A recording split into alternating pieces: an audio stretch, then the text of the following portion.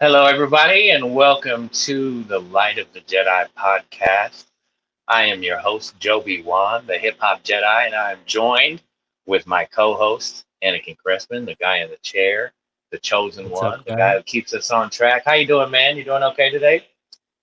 Oh yeah, doing all right. Just super tired from work, honestly. Yeah, But been I looking can forward to relate, this man. like all week.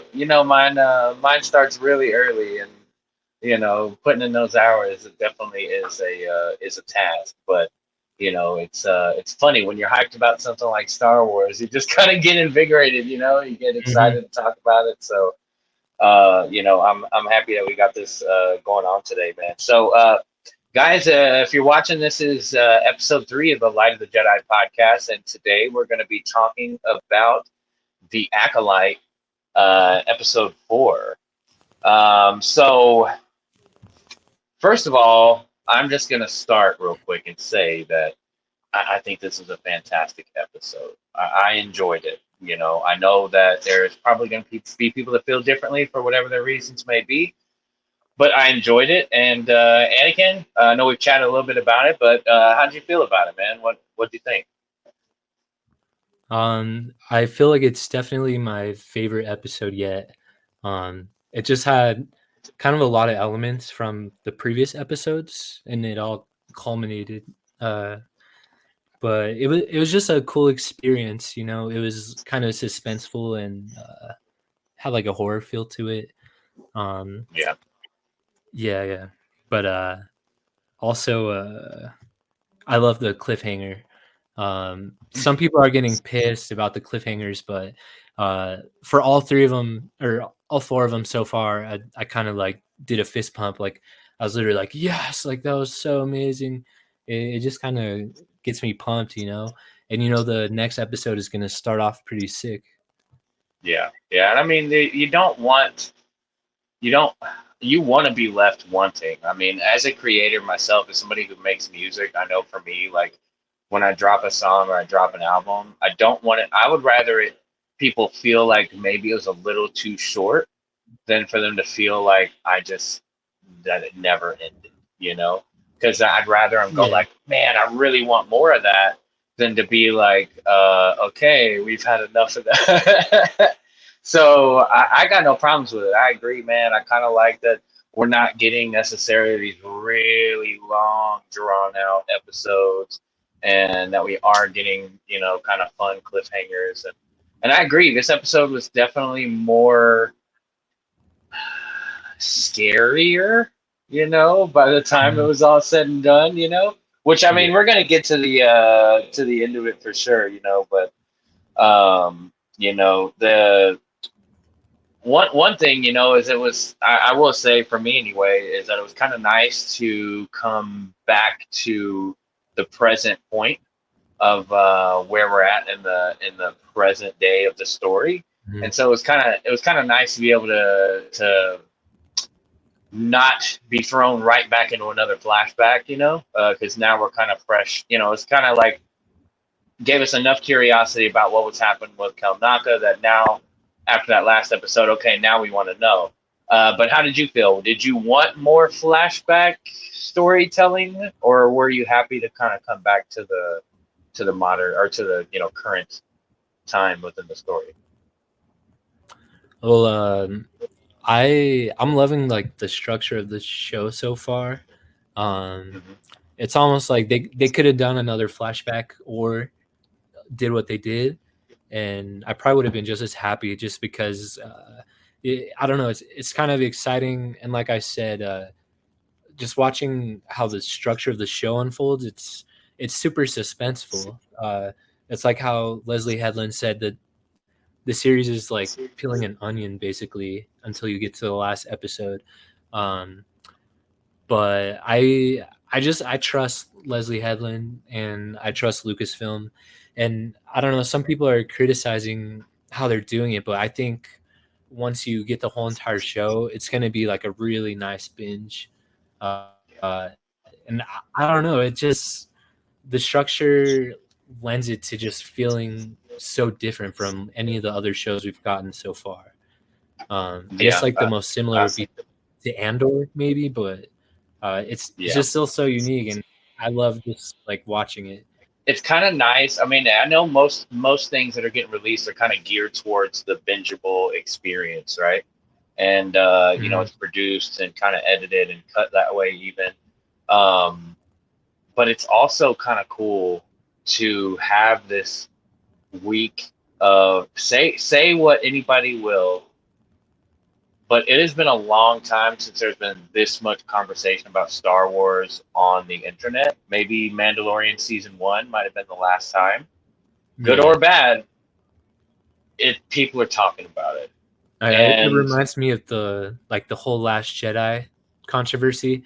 It feels like exactly as chaotic. It's very similar. 50-50. It's very similar. I think there's more people in more forums, and you know but yeah, it's very similar. You know, it's very split down the middle to some degree, at least with the voices online. You know, the fact of the matter is that most people that are watching it are probably just watching it, enjoying it, and then moving on with their lives and not making posts about it, and probably not making podcast episodes about it, because not everybody's going to be as into it as folks like us and other people online. So there is that aspect of it. But if anything, that shows that the fan base has grown over the years, though, because of how massive the conversation has become. But one talking point in that conversation was the huge, at least for some people, hugely bad for others, cameo, appearance by, the most famous conical-headed Jedi Master there is, Ki-Adi-Mundi. So, I've got some thoughts on it, man, but I'm curious, what did you think about him showing up? I mean, I know for me at the very first moment, I was like, was it? So, like, what did you think? All right, so I've been reading this book called The Living Four by John Jackson Miller. Just came out a couple months ago, and it's about the entire Jedi Council 1 year before the Phantom Menace. But I love the chapters about Ki-Adi-Mundi. Like, I'm a huge fan. Like, obviously he's kind of like the most arrogant Jedi, but you need that kind of character in Star Wars, He's like the original Yord. But anyway, just based off of like the characterization of him in the book, and actually getting in his head, dude, no pun intended, when I saw him on screen, I just knew that was him, especially once he started talking, and he sounds younger and everything, and he looks younger, but he just, it's like the same character, you know what I mean? You can just tell. But I thought I mean, oh, go ahead. I thought maybe that was like his, that there was some, at the very first moment, I was like, oh, okay, so Ki-Adi-Mundi's got a relative that was a Jedi at some point, like in my very first moment. But I mean, within, the first 5 seconds of this kind of, his swag let me know, who he was. I was immediately like, oh, that's definitely Ki-Adi-Mundi. Nobody moves like that, man. He was very sure of himself, very, very sure of himself and his thoughts on all that, Also, though, but I'll say, no, go ahead. I guess I just want to ask you, not only did they change his age from Legends, but do you think, in the Phantom Menace, he says, the Sith are extinct. They have been for a millennium. Do you think that him being in the room and kind of being aware of the situation, like affects any of that at all or anything? I will say that I think, first of all, we don't know what his involvement is past this conversation that he was having, first of all. So we don't even know if he knows what happens beyond what they talked about in that room at this point. So, but to speculate, I'll say that at this point, nobody knows that this is a Sith person. Not even us. We don't even know that this person wielding that blade is a Sith. So to me, it doesn't do anything. But if it continues that Ki-Adi-Mundi has nothing else to do with the rest of this, and that he was there as kind of like, hey, let's talk about it. Let's get like 6 or 7 of our best minds on this problem and try to think about how to come at it. And that was all his involvement was, and he wasn't involved any deeper than that. Then to me, all that does is reinforce what happened in the prequels, because he still, he doesn't know.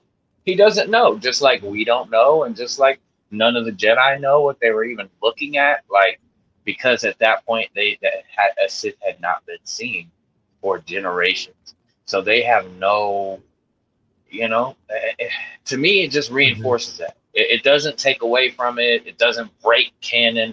And for everybody who's like mad about the fact that, oh, well, in Legends, Ki-Adi-Mundi would have been like a kid at this point, or whatever the case, they're mad because he should be significantly younger or not even born yet or something like that. And I mean, okay. And if that's the case, then what you're telling me is that Luke Skywalker should have a clone named Luke Skywalker also in this, and that he should be running around on screen, and like that isn't one of the craziest stories, and that's just my opinion.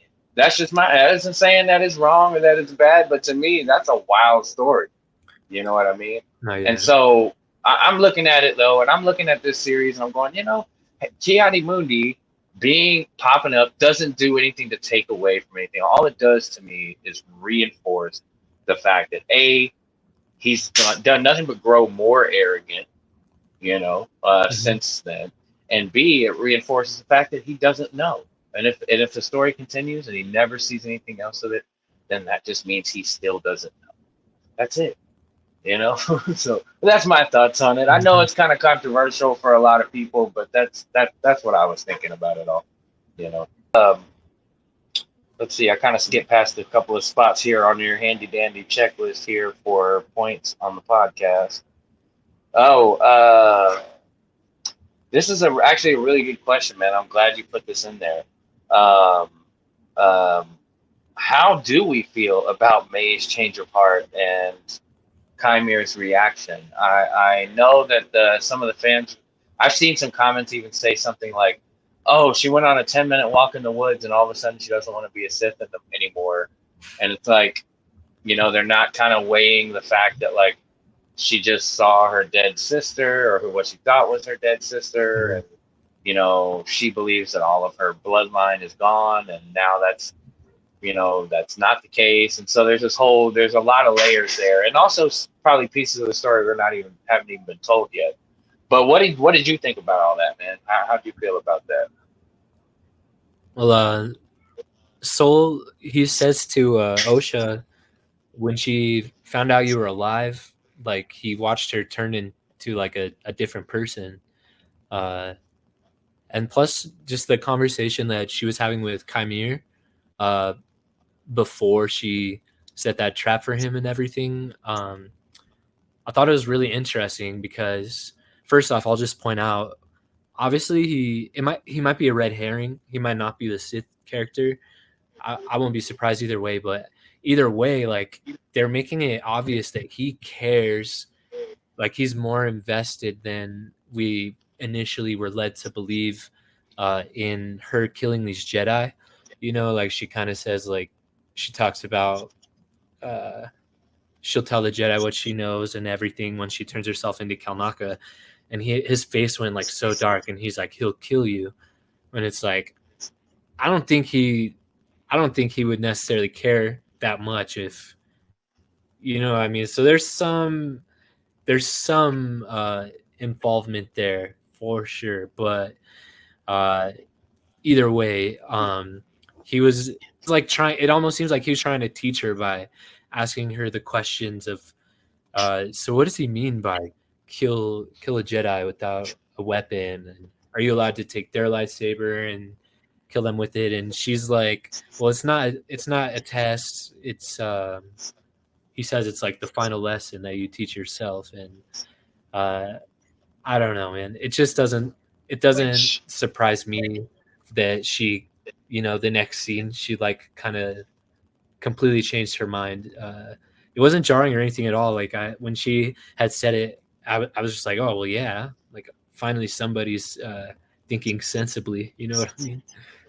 Which, I mean, is there, that's not the first time we've heard that phrase final lesson, you know what I mean? Or sometime in the distant future, Luke's going to be talking to Rey and tell her, like, okay, this is your final lesson here, Say, I'm going to teach you three things about the Force, and, but yeah, I thought that was definitely interesting. I'm not really sure, man,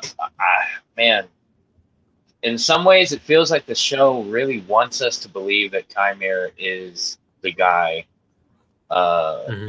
is the Sith, is the Red Blade. But I, that tells me that there could be some, I mean, they could want you to think that because then it could be some, well, if you know that I know, then I'm just gonna switch this cup around three times, like when in which that's a Princess Bride reference. I don't know if you've ever seen that movie, but I'm kind of aging No. myself here with that one. But yeah, so but it could be, that they're throwing it in your face. They want you to think that's who that is, like you say, as a red herring, so that way we are completely blown away by who we see. And I've seen some interesting theories. I've seen some people say that Soul is so attached to to Osha, and to helping May because Soul had a twin. And there are people that believe that Soul had a twin and that has something to do with his investment in Osha and May and in pursuing this mystery and whatnot. So, there's that theory floating around. I Yeah. don't I don't really pick any theory and go, oh yeah, that's the one. But I like to kind of entertain Yeah. all the theories because it's interesting. It's just kind of an interesting thought experiment to take. Mhm. Um, but that was definitely really interesting conversation in the woods there. And I mean, it they kind of let us know that maybe May isn't all the way evil at the very beginning because she wants the Jedi to attack her with all of their force, all of their strength, because she doesn't want to feel bad about killing them unarmed. Mhm. And now we understand why she so weirdly walked into that bar and was like, "Okay, Jedi Master, attack me with all your strength or whatever." It's because she wants that aggression, so she is absolved of the guilt. Which honestly, guilt is part of probably the whole dark side path. Is feeling that guilt and that badness and that all of that.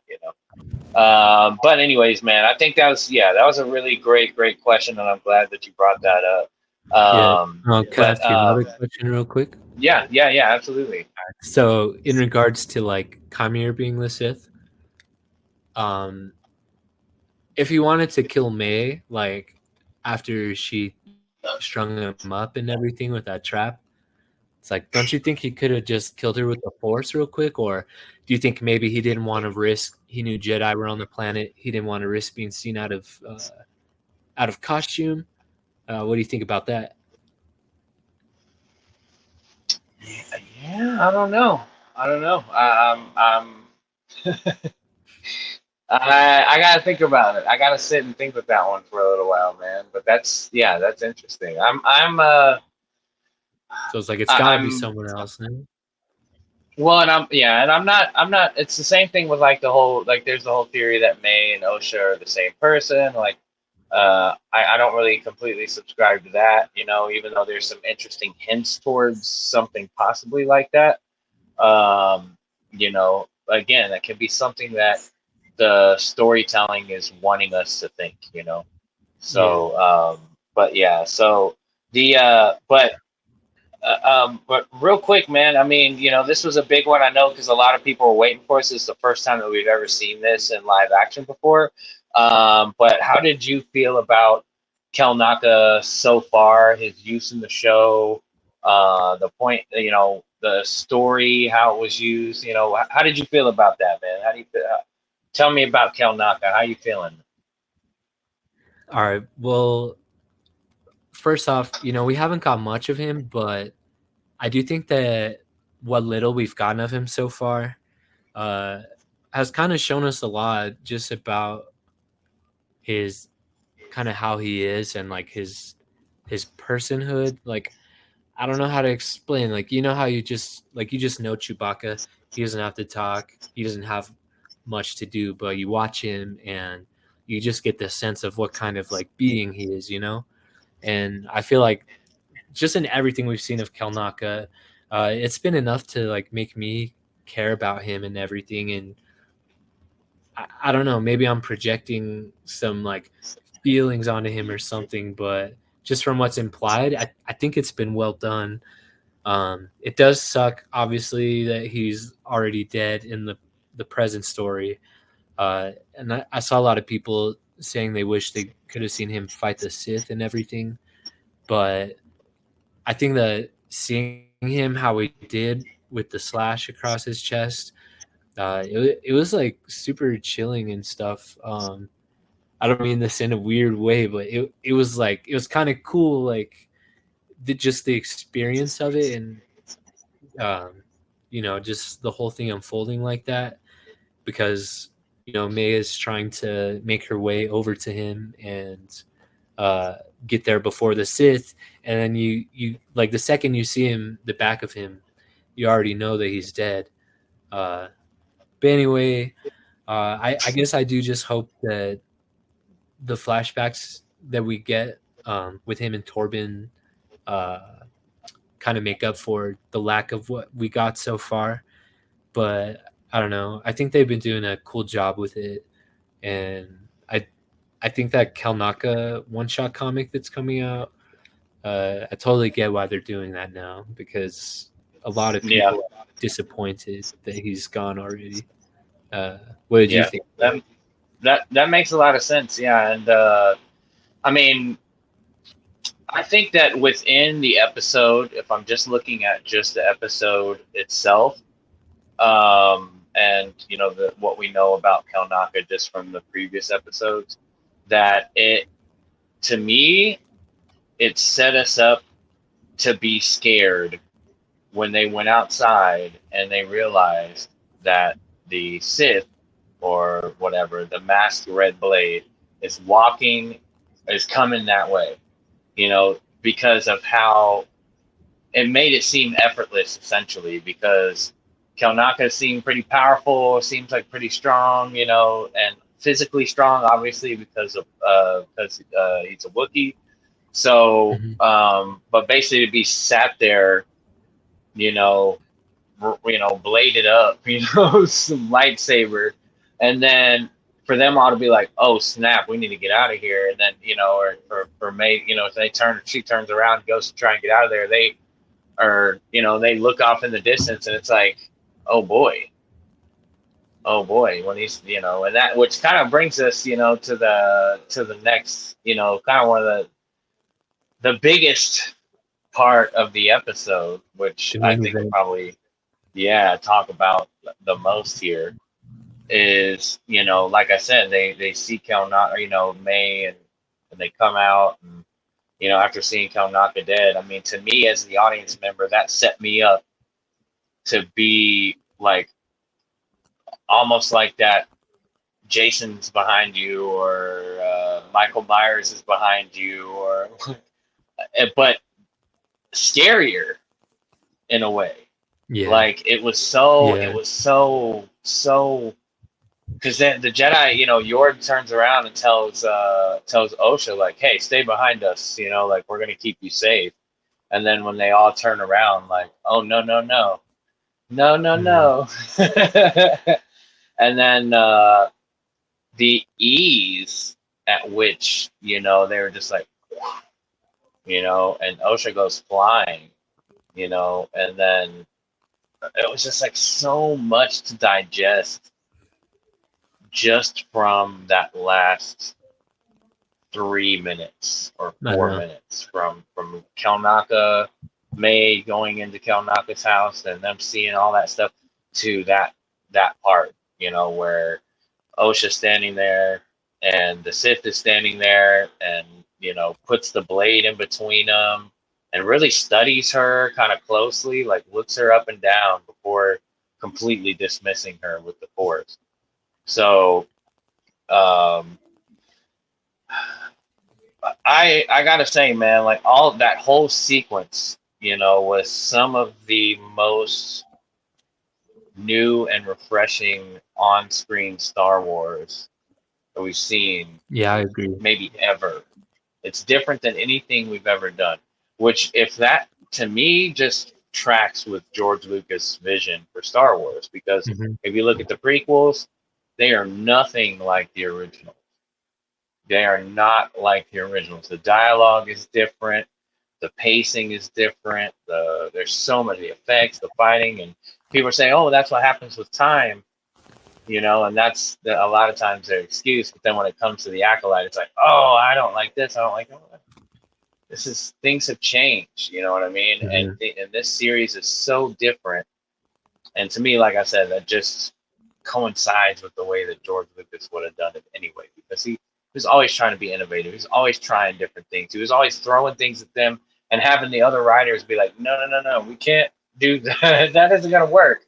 What do you mean put more animated animals in the background? You know what I mean? Mm-hmm. But yeah. So, but what did you think, man? What were your thoughts on the Sith? Leading up to the Sith and everything. Well, I got a few points here. First off, Yeah, hit him, hit to him, what hit me you were with him. just saying, George Lucas is the guy that told Dave Filoni and them, like, he came into the office one day during Clone Wars, and he literally was like, "We're bringing Maul back." You know what I mean? And they're like, "Okay," So I just I don't think that the Sith showing up and confronting all these Jedi, like contradicts what George did in the Phantom Menace at all. Like I feel like he would be the first person to agree to that. You know what I mean? Because it's like there were Sith for those 1,000 years in between, and they weren't all just sitting around twiddling their thumbs, like dealing with political machinations.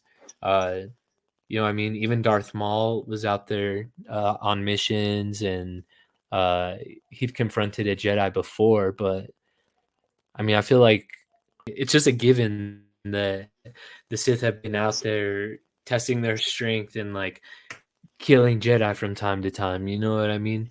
Uh, but anyway, other than that, I also agree it was shot like so different than anything before, like to the point where my little brother, he's 6. He loves the Sith, like all the bad guys. I'm constantly trying to use these Star Wars moments as like teachable moments to like identify the dark side, like in real life, and how people in real life can act like a Sith Lord, and either way. So just the way that they introduced him and the way you find Kalnaka dead and everything. As soon as the episode was over, he was like, "That was so good," and he was like, "But it was really sad though." And then he's like, "I think I'm starting to like the Jedi better." And I was like, "Yeah, dude, like you get it. Like the dark side is like pain. Like they want to hurt. They want to kill all of our favorite characters." It And looks cool, right? Because of the yeah, armor and the red blades and like all the cool powers and but there's a cost, and you start to see that cost. And it's cool that your little bro's picking up on that already. Man. That's super neat. dude, That's finally. super neat. But also, let's see here. Oh yeah, I loved the music cue. I wish I had it ready to go for like 2 seconds before he shows up, before he drifts down, and like everybody like looks behind them. It was like some John Williams stuff. Robert said he really liked it too. I was like, I'm so glad that you mentioned that. Uh, and the last thing, I love the lightsaber ignition when he like swings it up like to the side of Osha, and just for a split second, I was like, "Oh my god, did he just kill her?" You know what I mean? Thought they were gonna go there, bro. I was like, I was like, oh no, oh no. Some people think that he might be saving her, like, oh, May doesn't want to join the dark side, like maybe her sister will. Well, that there's a theory that basically they're gonna flip flop, and that because Osha is more attached to her, kind of some of her emotional state is kind of a little bit, you know, it's different, where May kind of seems like clear, like she has a past, she has something she's trying to accomplish, and you know what I mean. She didn't have this kind of idealized view, she was like on a mission where Yeah. OSHA kind of went into, like what we see later with the flashback to the Jedi thing with like this very idealized view, even to the point where like, Master Soul, she even asked Soul like, "Oh, you want me to Mhm. join the Jedi again?" And Soul's like, "Not exactly." Like Yeah. it's kind of to that point a little bit, but but yeah, I that of course the big moment, the big final moment with that when he just shoves all of those Jedi back with his power. I mean,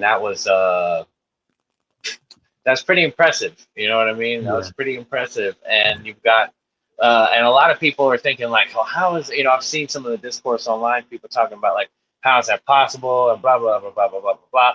But like you got this the way Mhm. that I was looking at it and just watching the show was that all of these Jedi are like very confused. They don't know what Yeah. they're looking at. They're probably scared for the first time because they can feel his power, I'm sure. And so they're probably like, what is this? What is going on? I think even Jackie says something like that. Like probably never even heard of a Sith. Like most of the like Yord and Jackie and I mean maybe even Soul and them have probably never even heard the Maybe a word Jedi Sith. too. But I mean, you think that if that's something that they want to keep not that they want dead, that they want to stay dead, that in their Jedi school they're going to be like, oh, and let me tell you about these other Force users who are just like the Jedi, but hey, they really are attached to things and including their negative emotions. Like, I don't know that they'd be like, should they have been? Yes. But for Tiati Mundi to kind of like again at the council in the prequels to lean over and be like, well, the Sith haven't been seen for over a millennia. For him to say that like that, so like you know, Yeah. like whoa, like it just kind of adds to what makes me think that they wouldn't even talk about it. Mhm. Like if you're Yoda and if you're some of these older ones, like about it, Yoda, I'm sure probably heard tales of it, but now that we see how Yoda age, how his species ages, that Grogu being like 60 or whatever now, whatever he is now, it Yeah. he was still kind of very young in body at that time. And so I just wonder, you know what I mean? I wonder if how many of the Jedi actually knew, because none of those people even said the word Sith. I don't think the word Sith has been said uh, in this entire show yet. I don't think anybody No, said the word which Sith. is a good move. No, So that's what I but mean. Like I think that's when when that happens, the Jedi mhm. are just running at this thing that they don't recognize. To try and neutralize, of course, they're doing what they're supposed to do, what they feel like they need to do. But B, they're also probably just like, let's get this thing out of here, man. Because I'm sure there's an element of fear, Yeah. and now that's probably even more so multiplied with what just happened. So obviously we're gonna have to wait until next episode, or if it's another flashback next episode, we might have to wait until the one after that to find out what actually happened, which is cool with me. I kind of like that because it gives me a chance to digest like everything that there's a lot of little details, a Mhm. lot of story being told just in how it's shot, just in the choice of the words. Like they're being intentional about like the dialogue. They're being intentional about what's being said because they're trying to tell us more than one story all at the same time. Um, and I don't know, man. I know that there's again, I know there's a lot of negative talk and I take it not personal for me, but I take it personal for the people that I know it affects, because there are people that read stuff about that and they get heartbroken to see these people like, you're not a real fan, and and like, you have no idea like what, we're all a little different, but you have no idea what neurodivergence that someone could be dealing with, and then for you to go online and be like, maybe you're trashing that some kid who's on this the autism spectrum, or somebody who has like some sort of other neurodivergence issue. I'm kind of strange myself, and so like when they start saying those kinds of really big and inflammatory things, man, not everybody's gonna be able to respond to it, like make a joke back, or just move on or ignore those comments. And especially when you're saying, I really liked this thing and this show was fun, and then you get a slew of comments basically telling you personal insults. I mean, that's a huge problem. I didn't mean to segue into this, man. I didn't mean to hijack the podcast here to talk about that, but it's frustrating because, again, for me, it kind of bounces off. You know what I mean? It doesn't bother me too much. I'll engage just to let them know and to let other people see a positive voice about it, but and I think that's important. It's part of the reason why I speak up, because it doesn't hurt me whenever they start talking noise. And again, like I said, I think it's important for people who might not have the, who might not have the power to stand up for themselves, to know that there's people out there like me who are going to be like, yo, I like this, and I'm probably tougher than most of these guys talking mess anyway. Like, and maybe not. Who knows? We only find out one way. Dude, these guys are the bad guys, dude. Like, they're like the Acolyte or the Sith, and they're trying to kill the dream. You know what I mean? For sure, they're manipulating emotions. They're purposefully manipulating the emotions of people online. Oh, so they're manipulating a lot of things online, honestly, right now. Oh yeah, well, for sure. I mean, there's, and I mean, we can talk about that side of it all day, and that is true, because obviously it's really annoying, and there's a lot of really, it's kind of crazy, some stuff to get argued about on there. But we want to try and keep it positive. I will say that I am looking forward to episode 5, and from everything I've read, the showrunner said, Leslie Headland has said that like that's kind of like the HFS moment, the episode where everybody goes, whoa, so we should I'm definitely looking forward to it. Maybe it'll be a little bit longer episode, because that was something other people were upset about this week. So it was like, man, it was 30 minutes and there was 5 minutes of credits, like everybody was mad because it was kind of short. And I mean, I get it, but to me, it's another way to help kind of add to the suspense of what's going to happen next. And, of course, I'd love it if every episode was an hour and a half and we got a movie every time they dropped an episode. But, that's just not how it works, unfortunately. But yeah. But any closing thoughts, man, before we move on and start working on closing this thing out? I want to make sure to shout out Bezel, the little otter guy. He was really cool. Me and my brother have been waiting, for like 4 weeks to meet this guy. And he was a lot different than I imagined, like he doesn't speak basic, and he's pretty cool. I definitely will take a Black Series figure of him. Yeah, that'd be super cool if we got a Black Series Basil. I think I know I was doing a little bit of research afterwards, and I guess that their race has been in Star Wars before. Legends. And I suppose, yeah, it's some either novelization or comic, or I'm not 100% sure.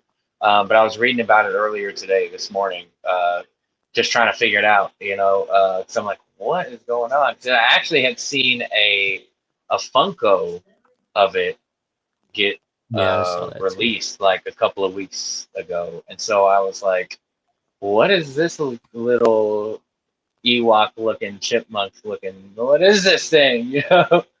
So, but yeah, that was definitely pretty cool. And the whole Yord took his language instead of Shiriwook at Mhm. the Jedi Academy, I think is absolutely hilarious. And Yeah.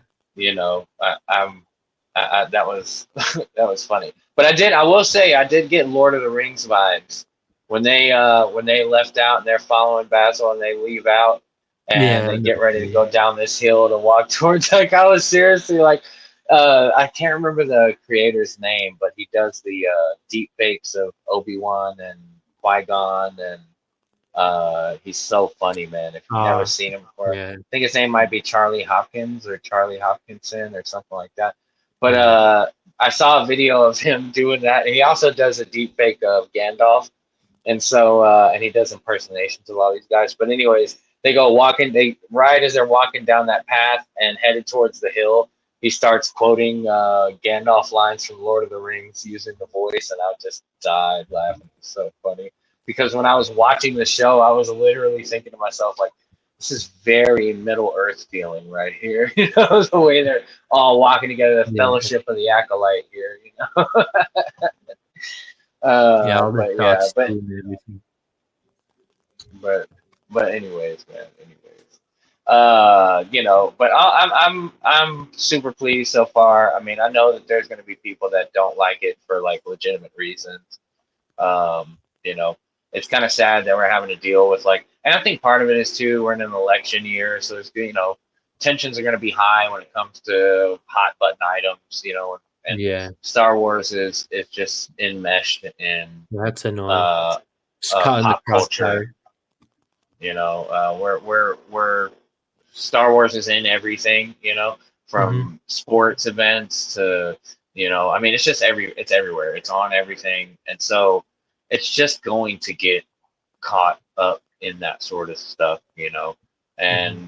and I've heard some people kind of say this before, like if this wasn't released in an election year, or if George Lucas would have dropped this same exact series and it would have been George Lucas and not Leslie Headland, then none of this talk would have happened. You know, people wouldn't have been talking. But the thing about that is that when the remastered editions of Star Wars came out, everybody was Yeah. talking crap about George Lucas. They're like all these new animated In the prequel. creatures and the Han shot first thing, and like all there was so much, there were so many people angry about it, like real world talking about it, like at school or at work, and so um, it's not new. It's just online, man. It's not new. It's just everybody has access to the internet, and you know, it wasn't that long ago where a lot of these guys that are talking crazy right now, a lot of their parents or a lot of their dads were the ones that were trashing George Lucas when they released the remastered edition of Star Wars, you know? Yeah. So it's like, you know, it just kind of follows. The apple doesn't fall far from the tree, as they say. But anyways, you know, just want to shout out real quick everybody from Fan Force Alliance. Big shout out to Jedi Rogar. He was going to try and make it on today, but you know, life is life, and he had to make sure to take care of some things today, so he was a little bit busy. Shout out to the Jedi Twins as well. You know, we love them and their, you know, figure reviews and their character breakdowns and their videos and stuff. I mean, they're just awesome. And then big shout out to Ryan Speaks Geek as well. He did he was a guest spot on the Geek Week in Review. You know, he kind of has been popping up here and there doing some more videos again. So it's nice to see him drop some content and stuff. So anybody hasn't checked out his channel, do that. Of course, Anakin Crespin here. He's trying real hard to get me on get me reading some of these comics and some of these books and get up on some of this lore, so that way I sound a little bit more like I know what I'm talking about on these podcasts. So hopefully we might even do like a video breakdown series about that, like where, you know, basically I'm enlightened. You guys can watch my mind below in real time, which would be Mhm. fun. And yeah, I guess that leaves me. I'm Jo3.b.1, the hip hop Jedi, and you know, your favorite Rap and Black series collector. Um, you know, if you want, you go check out my music on all the streaming platforms. You know, Spotify, YouTube, all that type of stuff, and you can check out all my fun action figure and Star Wars related content here, or on Jo3.b.1 or on my pages on Facebook, etc. So guys, everybody, thank you so much for joining us on the Light of the Jedi podcast. We appreciate you. Make sure you check us out on all the socials. Join us on the Fan Force Alliance channel and page. And let's keep pushing this positive energy, and don't be afraid to enjoy what you enjoy. Okay, don't let these loud voices discourage you. And if they start calling you names, or they start making you feel bad, or you're dealing with like some mental or emotional issues, feel free, please, to contact any of us on the Fan Force Alliance. We'd be happy to help you, chat with you, and if you contact me, I can give you some links and stuff to help you out, get you in contact with the right people and stuff too. So, but anyways, guys, much love. May the Force be with you. We're out of here. Y'all have a great day.